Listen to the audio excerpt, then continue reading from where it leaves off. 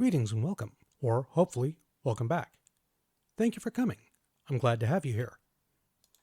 Before we begin, as I am currently fresh out of virgins to sacrifice, please consider dropping a like and a subscribe to keep the algorithm spirits happy. Now, on with the story. The Deathworlders, a story by Philip R. Johnson, aka Hambone, Hambone HFY, and Hambone 3110. Chapter 15, Forever Changed, Part 2. Date point, 3 years, 8 months, 3 weeks, AV. Scotch Creek Extraterrestrial Research Facility, British Columbia, Canada. During the deployment of the civilian colonists, we were able to send over a smaller version of the jump array installed right here in Scotch Creek, Higgins began. Jenkins raised a hand. I'm sorry, jump array? I thought they were traveling on Kirk's ship. The jump array is, as far as we can tell, a uniquely human invention, Tremblay said. Bartlett came up with it. Point-to-point transport of material via wormhole between 2 array stations. One end's here on base. The other end of that big array is on Kirk's ship. Cool! Well, anyway, Higgins continued, we assembled a smaller version, which we're calling the Postbox. It's a useful way to support the colony. They can send back written messages and USB sticks to stay in touch. We can send over spare parts, medical supplies. Right now we're sending over the pieces to construct a coffin-sized version for transport of individual persons. Yesterday, the military commander there, Captain Owen Powell, sent us back this urgent report. The lights dimmed again as Temba selected a video file. The face addressing the camera was a tired-looking bearded man wearing a black pullover and a dull green beanie.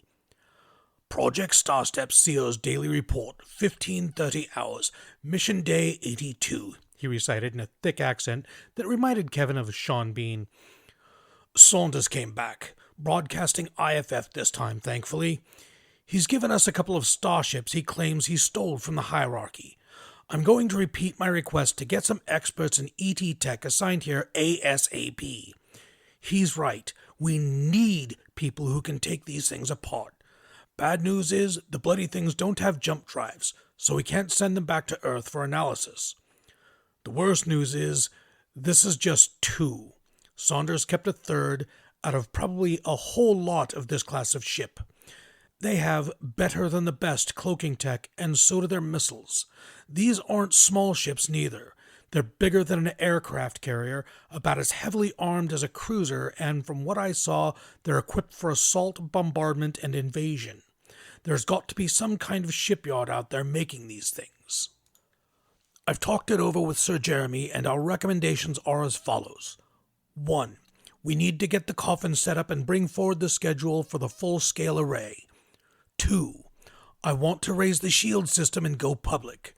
Sooner we do it, the less likely we are to have some infiltrators sneak in and drop a beacon. 3. I'm going to need naval crews to assign to these things, and somebody who knows how to refit them with a jump drive. 4.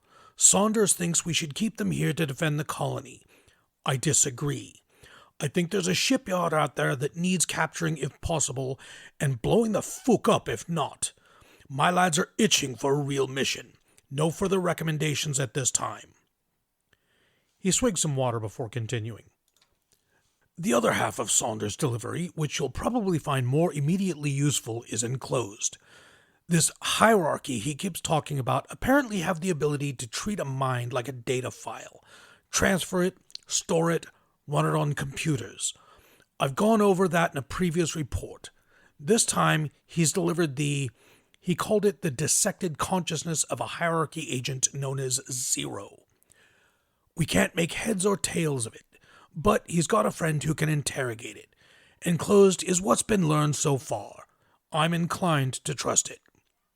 He rubbed his beard. The existence of a hierarchy cell on Earth seems likely.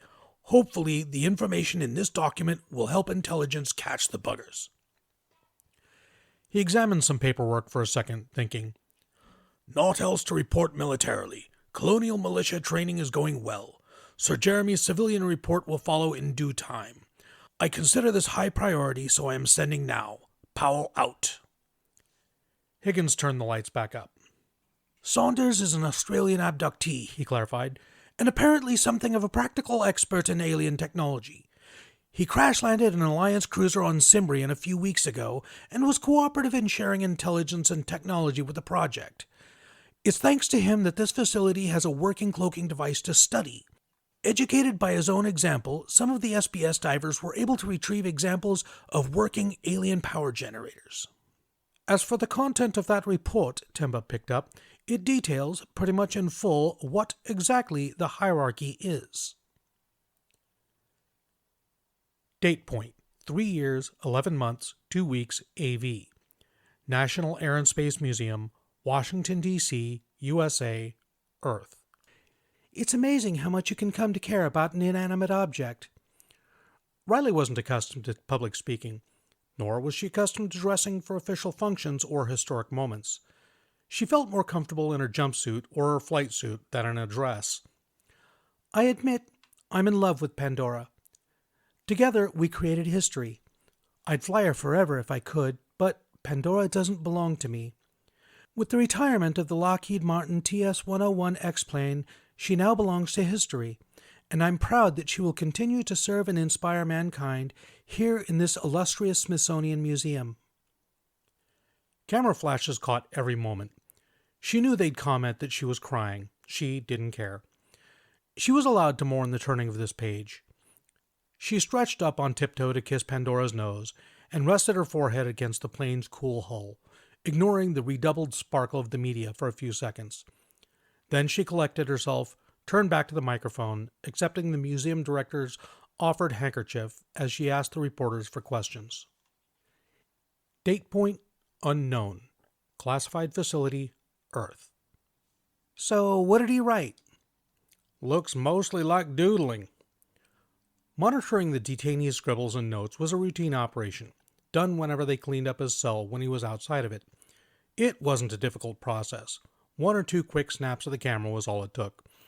There was a lot that could be learned about a detainee from what they chose to jot down by way of entertaining themselves. The pages were densely packed with what appeared to be mostly nonsense and doodles, scribbles, spirals, zigzag lines. There was a kind of aesthetic to it, albeit a Spartan mathematical one. Six's lines were mostly either parallel or perpendicular, or at least as much so as could be managed by unpracticed human hands. Beyond that, he didn't seem to care what he drew, so long as the graphite made a stimulating sound on the paper. Most of it was just a geometric right-angled mess. Not a lot to go on. No. She looked around at the team. Her job went both ways as a psychologist. Not only was she there to analyze and hypothesize about the detainees' reactions, she was there to keep an eye on the Gators and their intel support, make sure they were holding up okay. It was a fact little suspected by the civilian world that interrogation was practically as hard on the people conducting it as upon their detainee. While the interrogators had the luxury of seeing the outside world, freedom of movement, nice meals, unlimited entertainment, and all the perks of being a free American citizen, at the end of the day, they were still tearing a man apart piece by piece to learn the things he held most dear. Only a true psychopath could have done that without being torn up in turn, and a psychopath simply wouldn't have a place on this team. And Six was proving to be a tough nut to crack. Stephen and Carl were both veterans and experts, having done this many times before. Their information had saved lives. They knew how to cope.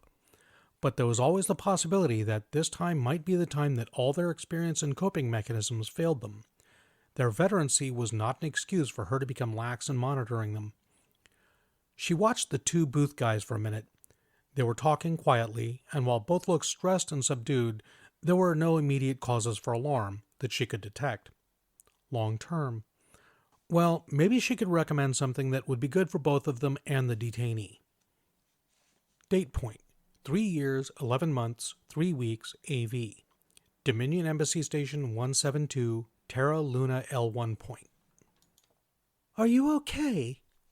Sister Neural had elected to remain aboard the embassy station until her pregnancy forced her back to Gao. The preliminary results were encouraging. She was expecting triplets, and if she'd been human, might have been called glowing. As it was, she was the first person Riley went to after the unpleasant necessity of the Smithsonian meetings, speeches, interviews, and photographs.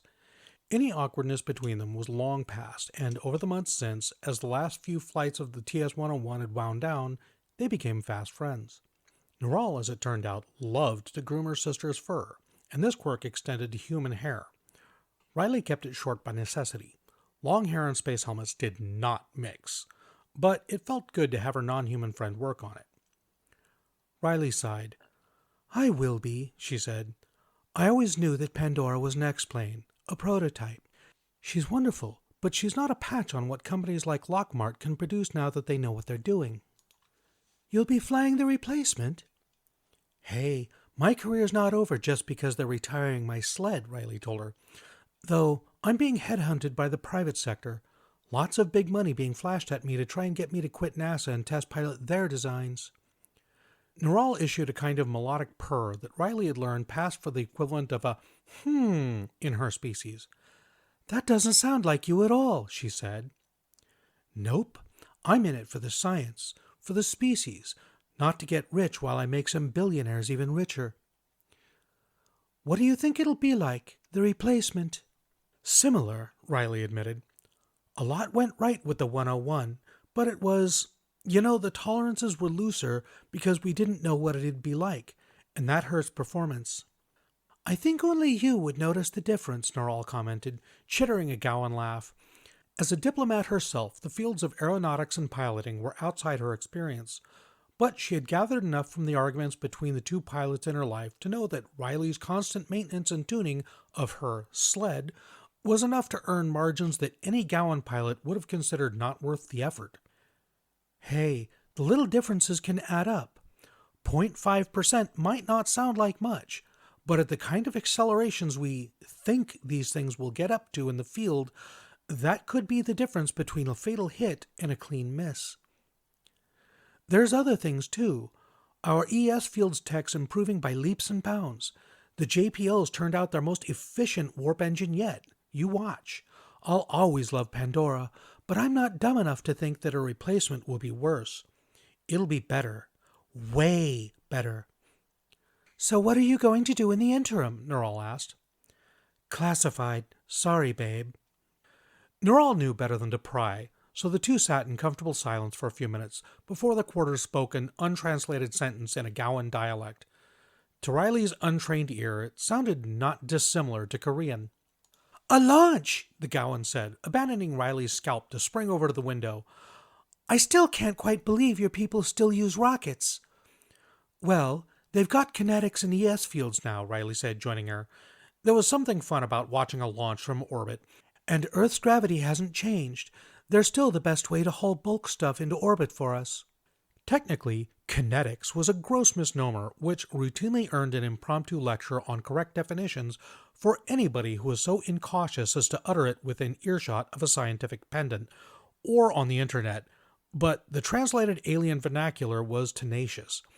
It was hardly surprising that it had been one of Time's words of the year, given that the introduction of what was, after all, an extremely small and efficient engine had decimated the cost per kilogram of material transport from ground to orbit, revitalizing the space industry practically overnight. From where the station rested at the Terra Luna L1 point, Earth was much, much too far away to make out such a tiny event as a launch with the naked eye, of course, but the station took care of that, zooming and magnifying to an incredible degree, so that the vehicle became a spike of light atop a pillar, smoking its way up from the curvature of the planet. The perspective was a little false, but it looked cool as hell. "How much can this thing zoom in?" she asked. Neural spoke to the room in Gowan again. It was curious how directions to the station's controlling systems didn't get translated, and the view zoomed in even further, until the rocket itself filled the view. A slender white spike marked down the flank with the livery of several world-famous companies, the so-called Big Ten, that were cooperating in the second space race. "Oh my God, that's Hephaestus 1, Riley exclaimed. "I forgot that was today." "Hephaestus 1? "Yeah, it's the first flight out to Ceres," Riley explained. "They're going to set up an asteroid mining hub and shipyard out there." "Your people move fast," Neural remarked, clearly impressed. "It took us 10 Gowan years to launch our first asteroid mining operation." "How long is that in Earth years?" "Room?" The room displayed a conversion table on the window alongside the view of the rocket. Riley read it and nodded. I bet I know the reason, she said. Will this room take voice commands from me? It should do. Great. Riley looked around, then shrugged and commanded. Room, display side-by-side comparisons of the estimated number of asteroids in the Sol system versus the Gauss system, and display survey maps for rare earth elements on Earth and the planet Gao. Graphs and two globes appeared side by side on the walls and windows as the station's interface system interpreted the command and expanded on it, trying to guess not only what Riley had asked for, but also what she might not yet know she wanted. She had to admit, as unimpressive as some of the achievements of non-human life were, when it came to user-friendly interfaces, they were the absolute masters. It looked like something straight out of a movie, but practical. Every element was clearly present, its relationship to every other obvious. She took a moment to appreciate the accomplishment before turning to the relevant data. See here, Sol has a huge density of inter-system asteroids next to Gao, she said. And then over here, look, your homeworld's pretty rich in rare earths, and they're all spread out pretty evenly. But Earth is poor in rare earths, and they're mostly here, under the control of only a couple of political factions. But there's a boatload in the asteroids. She indicated a chart demonstrating the estimate absolute tonnage of various elements and minerals in the asteroid belt. And we need rare earth magnets to build ES field generators. And ES field generators are a huge boom industry right now. So, getting out there quickly ensures that the supply remains constant and averts future problems? Sensible, Neural said. Riley laughed. So, getting out there quickly ensures that a whole bunch of very rich people get even richer, she countered. You don't sound like you mind that, Neural said. Why should I? It works. You said it yourself. It took you guys twice as long to do this. It sounds greedy, Neural objected. Yeah. Greed is good, girl. Neural just stared at her.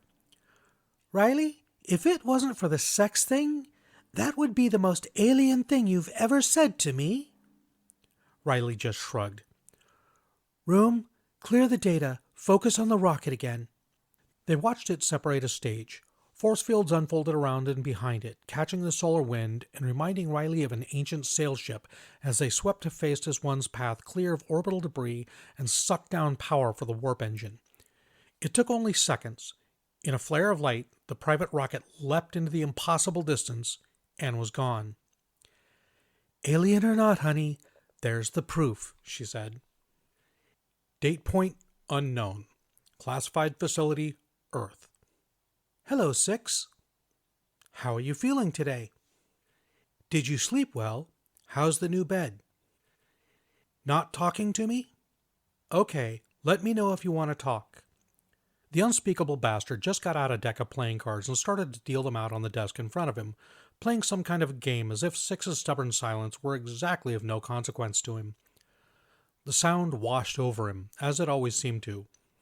He wondered if that was why Stephen used these tools, because he too enjoyed the sound they made. Was it a quirk of the way humans saw the world, that simple things could be so mesmerizing? Beats me why I bother with the cards, Stephen commented. I could play on the computer instead. That didn't seem like an attractive option. Hey, do you want this deck? The offer surprised him. Surely Stephen wasn't serious. But then again, he'd been true to his word about the bed. No, it was just a trick to get him to give up and start talking again. He wouldn't be swayed that easily. And so Six folded his arms and continued to glare. Suit yourself. Stephen finished his game and put the cards away. Surprisingly, he stood up. I guess you're not in the mood today. That's cool. We'll do something a little different. See you in a few minutes. He exited the room as the guards entered. Six knew better than to resist by now, but he was curious about this something a little different, and his pulse picked up a little as the guards led him to somewhere that had an indefinably different texture than the area around his cell in the interrogation room. It was hard to tell. The human body had senses he wasn't sure weren't quite analogous to anything else he had experienced. Despite the total disorientation of the darkness and silence, he could still somehow feel that the area around him was not the same somehow. There was a feeling of volume. The sensation was validated when his blindfold was removed. He was someplace new. A larger area, still totally enclosed, but big enough to run if he so wanted. There was a hoop of some kind attached to the wall a little above head height, and some markings on the ground. Stephen and Carl were both waiting for him, having apparently changed into plain loose clothing that looked much more comfortable than their suits, and a pair of soft shoes. Carl was holding a striped orange sphere with black lines on its surface. "What's this?" Six asked, then cursed himself for giving in to the surprise as his shackles were removed and the guards retired to stand watchfully at the door. "Basketball," Carl said, then threw the ball to the ground. It bounced back up, and he gently flung it down again with his other hand. "The idea is you get the ball to fall through the hoop on the wall, and stop me from doing the same. You can't run while holding the ball, though. You have to bounce it on the floor like this." He demonstrated, swapping the ball from hand to hand via the hard surface. "What's your angle here, gentlemen?" Six asked suspiciously. Carl threw the ball gently to Stephen, who caught it and spun it on one finger in a display of impressive coordination. "No angle. This is a morale and welfare session now. You need the stimulation and exercise," he said. "So, it's a reward for good behavior." "That too," Stephen agreed. "Come on, you gonna play or not?" His arms punched straight out, flinging the ball at Six, who astonished himself by catching the high-speed object. He considered resisting, but after the sheer gray sameness of the last few weeks, how could he? He knew he was being manipulated. He knew this was just another tool in the arsenal that these people were using to dissect him and extract his valuable knowledge, but no amount of willpower in the world could stop him from being, on everything but the purely cerebral level, shamefully eager to move, to play, to do something different. He bounced the ball. When the session ended, who knew how long later, he was exhausted. But he felt alive, and something approaching happy for the first time since arriving in this place. Date point, 4 years, 3 weeks AV. Asteroid Ceres, Sol System. Construction work on Ceres base had begun well before the first engineers had arrived. Cargo modules full of the raw materials, equipment, prefabricated units, life support systems, artificial gravity generators, and ES field generators necessary to construct a working facility had been injected into orbit, revolving slowly in the asteroid's pathetic gravity. It had all come together with only a few minor disasters. With the ability to deliver engineers to the worksite to remote control the construction vehicles without significant communications lag, gentle landings in Ceres' minuscule gravity had been trivial. Setbacks, however, were inevitable. One of the modular components had suffered a failure of its landing, running out of fuel and falling to the ground several hundred meters from its intended location. Moving it had required the assembly and delivery of a specialist module refueling drone. The planned landing site for another module had turned out to be the sheer ledge of a crater. Fortunately, the module had not been a location-critical one, and its eventual installation on the far side of the base was just going to be one of those peculiar quirks that lent it a unique character. That was Phase 1, just making the place livable in the long term, appropriate for habitation and experimentation. It had consumed only half of the orbiting equipment. The second phase, and the other half, was to turn the facility into something that would ultimately turn a profit. The smaller part of that, equipment-wise, was the survey center, a launch and control platform for a fleet of unmanned space vehicles that would, assuming their design and technology worked as intended, survey the tumbling diffuse rocks of the belt in search of platinum, rare earths, iron, nickel, titanium, and, of course, water. The larger part, dwarfing the facility despite not yet being complete, was the sprawling industrial monstrosity of the refining and smelting equipment, literally printing itself into existence piece by piece out of local materials. This edifice couldn't possibly have been built on Earth. It was an eyesore testament to low-gravity industry constructed around a functional contempt for aesthetics. Drew Cavendish loved it. But then again, Drew Cavendish didn't have much patience for aesthetics for the sake of aesthetics. His sense of beauty revolved around the practical, the working, the mechanically efficient. He was the sort of man who would squint bewildered at an art gallery, but wax poetic about an example of expert welding. Ceres Base was therefore the perfect destination for him, after a career spent working oil and gas rigs in the North Sea. That was a field that had been in terminal decline even before the arrival of effectively free solar energy in the form of ES field technology and, rumor had it, the long-awaited holy grail of nuclear fusion. Taking up with BHP Billiton's fledgling asteroid mining program had just been sensible for somebody with 20 years of experience in atmospheric diving suits, not least because the basic salary was 50% higher than he'd been earning at the peak of his earthly career, with a promise of simply huge annual yield-based bonuses. Naively, he'd assumed that piloting a Red Bull spacesuit wasn't so very dissimilar to driving an AESC.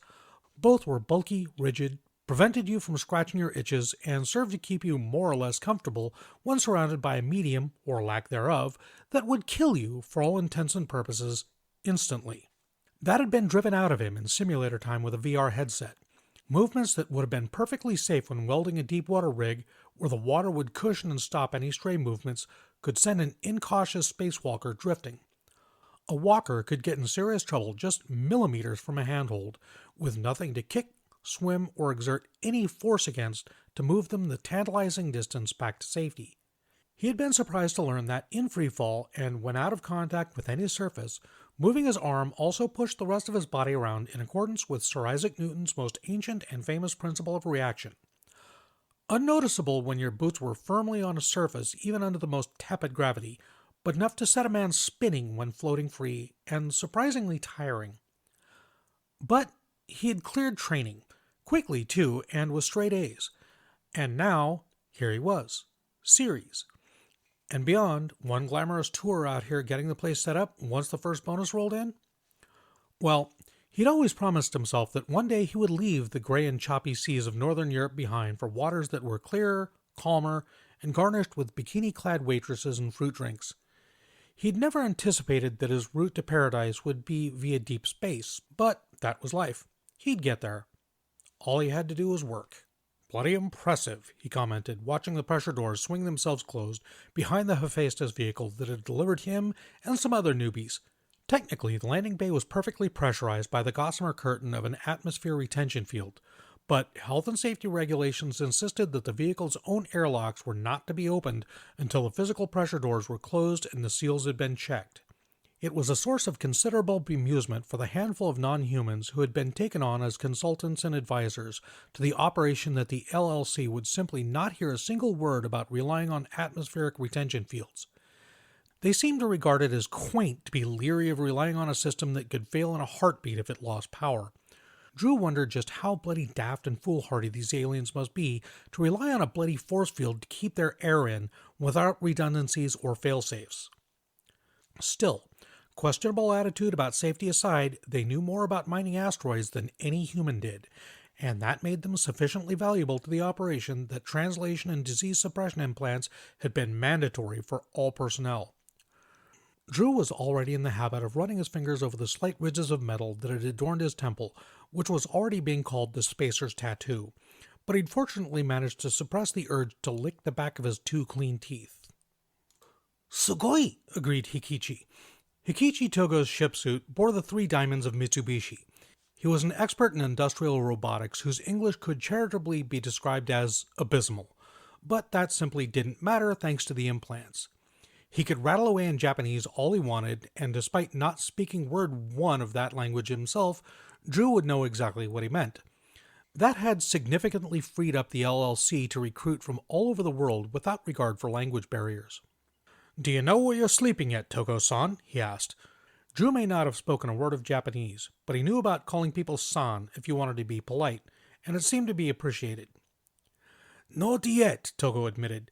"If the company hasn't gotten a place picked out for me, I think I'll just have to pick my own."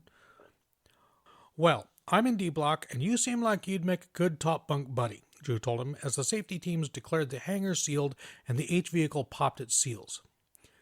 "Thank you, Cavendish-san." "Hey, we don't stand on ceremony like that where I'm from. You can call me Drew if you want." "Daru." "Close enough, mate." They shook hands and parted ways, bound for the offices of their respective company reps. The complex was eerily quiet compared to the staging platform in Earth orbit, where that was a space station made oddly loud by the absence of any medium outside to carry away the sounds so that they echoed around the interior. Here the facility's modules were anchored to the rock of the asteroid and had a layer of sound insulation on their undersides that conducted away noise into Ceres itself. It was much more peaceful, and cooler too for the same reasons. Still, it was cramped, full of narrow corridors lined with equipment, conduits, cables, and piping, all hung with instructions and safety posters. He could see why a maximum BMI had been one of the conditions of employment.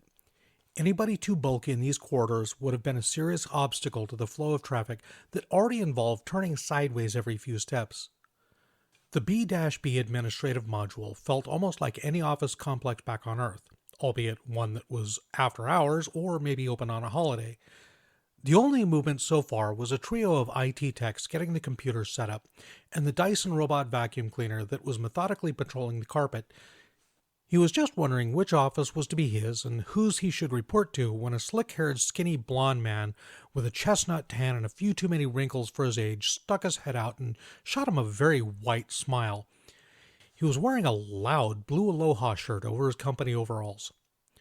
"G'day, you Cavendish?" he asked. He couldn't have been more stereotypically Australian if he'd been wearing a hat with corks in it. "That's me," Drew agreed. "Beaut," the Antipodium extended a hand. "Drew Martin, mate. I'm your foreman." "Ah, you're the other Drew," Cavendish returned the handshake. "Good to meet you, mate. I've heard things about you from Di Dawson." "Ah, good old Di," Martin grinned. "Bloody good miner, that one. Had bauxite in his bones." "He said something similar about you." "Ripper. Come on, step into my office."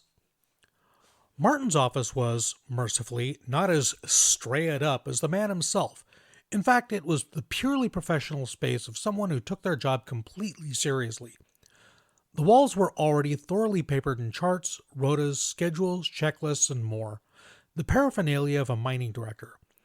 His desk was a line of 4 monitors, all currently on screensaver. "Good news is, we've found our first rock already," he declared. "One of the USVs caught a nice first prospect, and it's in a stable Ceres orbit, too.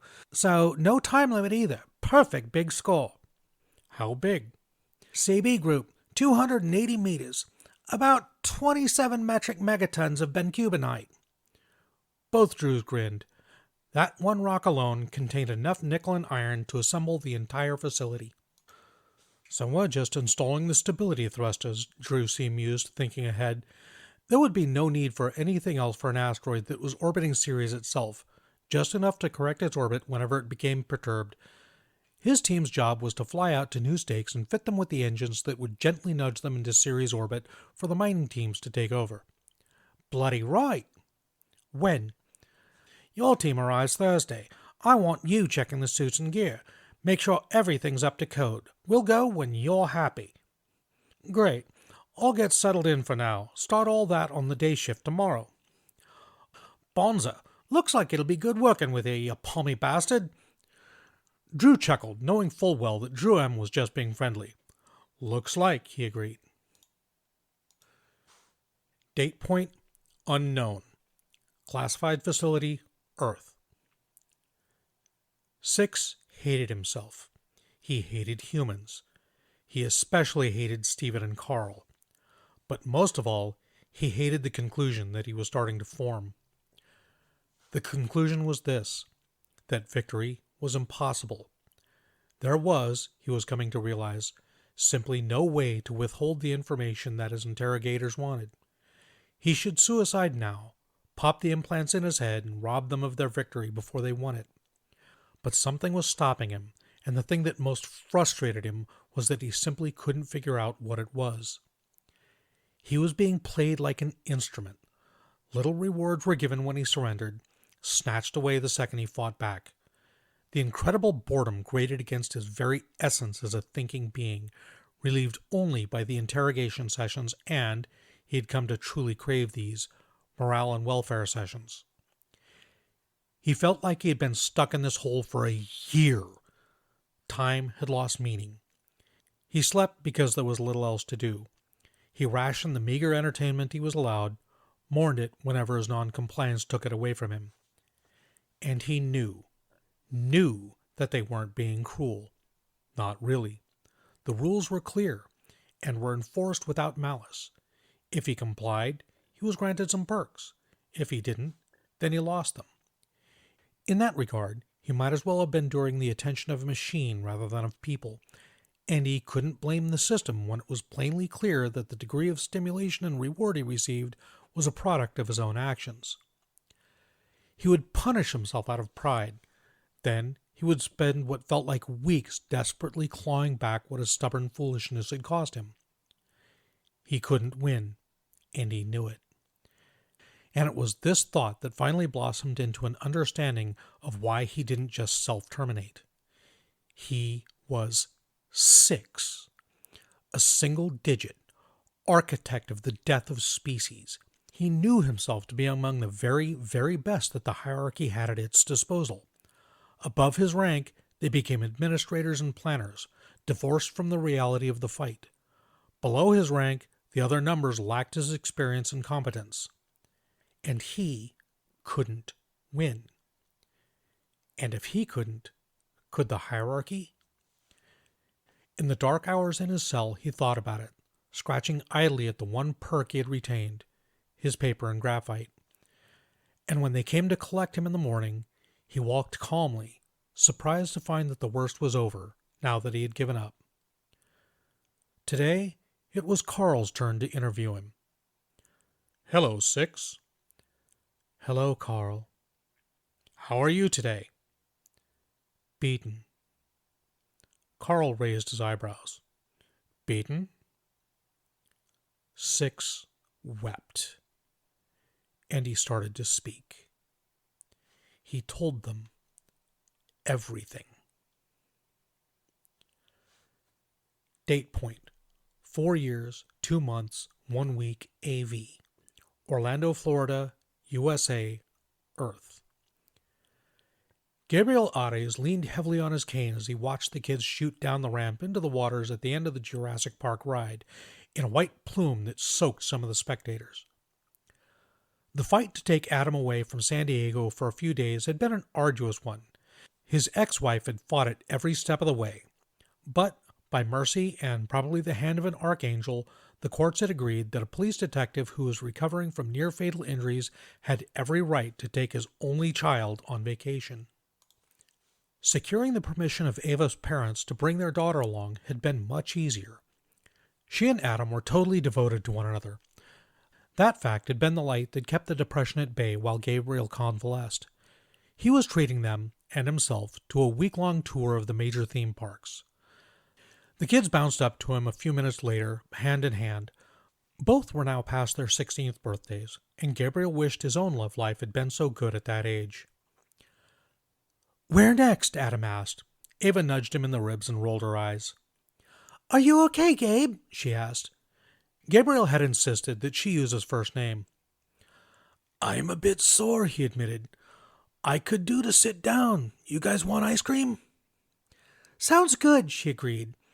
Adam looked like he'd have preferred to run straight to the next ride, but he relented, knowing that Gabe still wasn't fully recovered yet. He'd spent so long in a hospital bed thanks to the spinal damage that all the muscles in his legs had atrophied, and his rehab therapy hadn't quite yet restored him to full working order. "Bueno." Gabriel fished a few dollars from his wallet and waved them in the general direction of the last vendor they'd seen, then puffed and grimaced his way to the nearest available bench and lowered himself into it, enjoying the sun. Life was, all things considered, pretty good. He was alive and on the mend. His boy was in love, and his novel was coming along nicely. Considering it hadn't been so long ago that he'd been racing to save the kids from a mass shooting only to be shot himself, life was pretty damn good. "Dad! Dad!" The kids were pelting back towards him, and their expressions drove the ache and fatigue from him. He lurched to his feet. Kids shouldn't have worn such expressions of terror.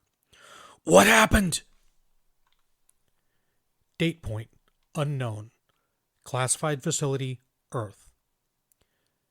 At some point during Six's final failure, Carl had moved his chair around the desk and was just sitting there, rubbing a hand up and down Six's spine. It was contact. Real contact. A genuine gesture of comfort and compassion from one of the men who had broken him. There was a long silence after the last secret spilled from him. "Hey, Six, I'm sorry, man." Six looked up, and the sight of tears in Carl's own eyes shook him deeply. He'd known that he had built something of a relationship, even a warped friendship, with his interrogators over his long incarceration, but he had always persuaded himself that it was a distant one, with a thick professional barrier in its place. They hurt themselves to break me, he thought. But he wouldn't have been Six if he hadn't tried to fight back, to claim something here and now in Carl's moment of weakness, to hurt him on an emotional level. "Fuck you! You've beaten me! I've betrayed everything I've ever lived or cared for. I've destroyed the hierarchy, and now you're fucking sorry!" he exclaimed. "More than you can know, man. I've been through this. It's how I learned to do it." Carl looked down and wiped his eye before looking back up, and now there was a determined set to his face. "You and I are a lot alike, Six. We'll do anything for our people. Me, I'll bleed for them. I'll hurt myself in all kinds of ways for all the lucky fucks out there." He waved an arm at the wall, indicating the whole world beyond. "Who wouldn't know the first goddamn thing about what kind of pain gets put into keeping their lives happy and safe. So yeah, I get it. And I'm so very, very sorry that I did this to you. I mean that. And Stephen would say it too if he was here." Six just looked away. "It doesn't matter if you're sorry or not. You've won. I've lost. And if your people wage war like they get information out of our people, then my kind are doomed." There was a long silence. Then Carl stood, returned to his side of the desk, and grabbed a folder from under his laptop. "Do you remember one of the first things you were told when you arrived here, Six?" he asked. Six just stared at him blank, but, too tired and defeated to put up a fight, he reviewed his memory archives of the very first session, one of the, he had now learned, few advantages of being a machine intellect was perfect recall of details like that. "I was told that Stephen was assigned to my case," he said, reciting the memory in order. "That your goal was to learn as much as possible about my associates and me. That my first meal here consisted of mashed potato, biscuits and gravy, and peas and carrots. That you don't do that kind of thing, meaning the torture I had alluded to moments earlier. That I was perfectly safe. That your first and most important priorities were information and," he paused, and a peaceful resolution," Carl finished for him. "I've just told you that the hierarchy's objective is your extinction, and you're saying that you still want a peaceful resolution." Carl rested his elbows on the desktop. "My nation has fought bloody and difficult wars in opposition to genocide all across our planet. And from what you've told me, your species and the hierarchy are about the same thing to each other as this organization is to the American public. Which means that your people are, more or less, blameless of plotting to destroy us." He shrugged. "For me, the idea of wiping out your civilization of trillions to save our civilization of billions sticks in the craw. Never mind that doing so would mean having to slaughter every other living thing in the galaxy." "Which you could," Six said. "Easily," Carl agreed. "If we wanted to. We don't." Six snorted. "You aren't authorized to speak for your whole species." "Nope," Carl agreed again. "But still, We don't. But don't get me wrong, I'm not saying we'll just sit back and invite you to wipe us out. If it comes to it, if the only way to survive this is to wipe out every living thing in the Milky Way, we would, if we have to. He locked eyes with Six. Do we have to? What's the alternative? The alternative is you and I come up with a way to save both of our peoples. Date point: 4 years, 2 months, 1 week, AV. San Diego, California, USA, Earth. 72 was panicking, and now was a terrible time to be doing that. He had planned to switch safe houses immediately upon the fiasco at Skate World, but that was a complicated and risky process which demanded biodrones for maximum security. Things were just too sensitive to rely on local resources. These things weren't Vizcatic, Robalin, or Alabenolan.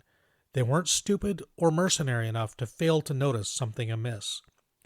So, against his better judgment and good protocol, he had been forced to remain where he was for months, hoping that finally some appropriate human subject would blunder into his stasis trap for conversion into a biodrone. That hadn't happened. Instead, months had passed without development. Six had been declared killed and restored from his last backup. The replacement Six had not returned to Earth, but had remained off-world to ponder the implications of the almost prescient response to their planned hive poking. 72 was, for the time being, on his own again while the hierarchy decided what to do. For now, he needed to rebuild his assets and await orders. Then the assault started. It came from nowhere. Cars converged on the building in whose basement he lurked, peeling out of the ordinary city traffic all at once.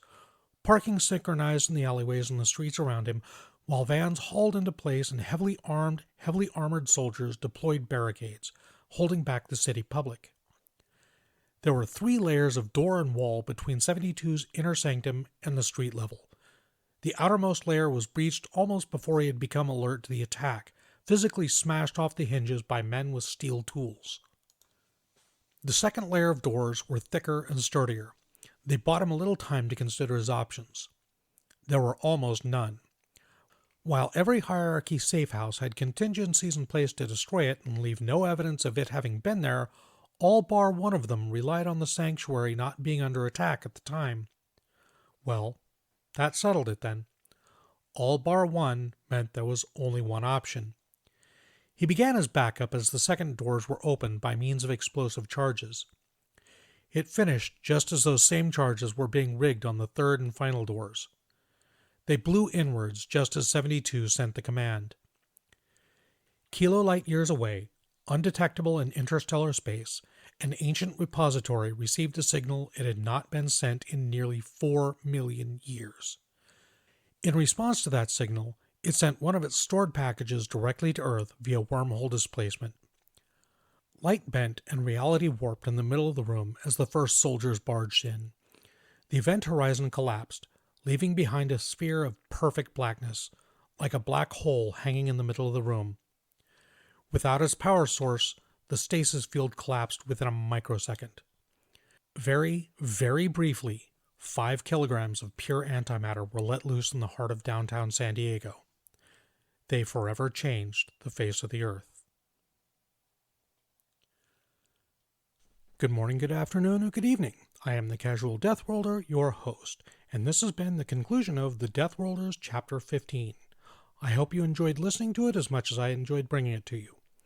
If you enjoyed it, please go ahead and drop us a like. If you'd like to hear more like it, please consider subscribing. We always like new members. All right. As always, the very first shout out goes to my buddy Graygor. Thank you very much, buddy. I could not do this without you. And the second shout out goes to you all, my listeners. Thank you very much.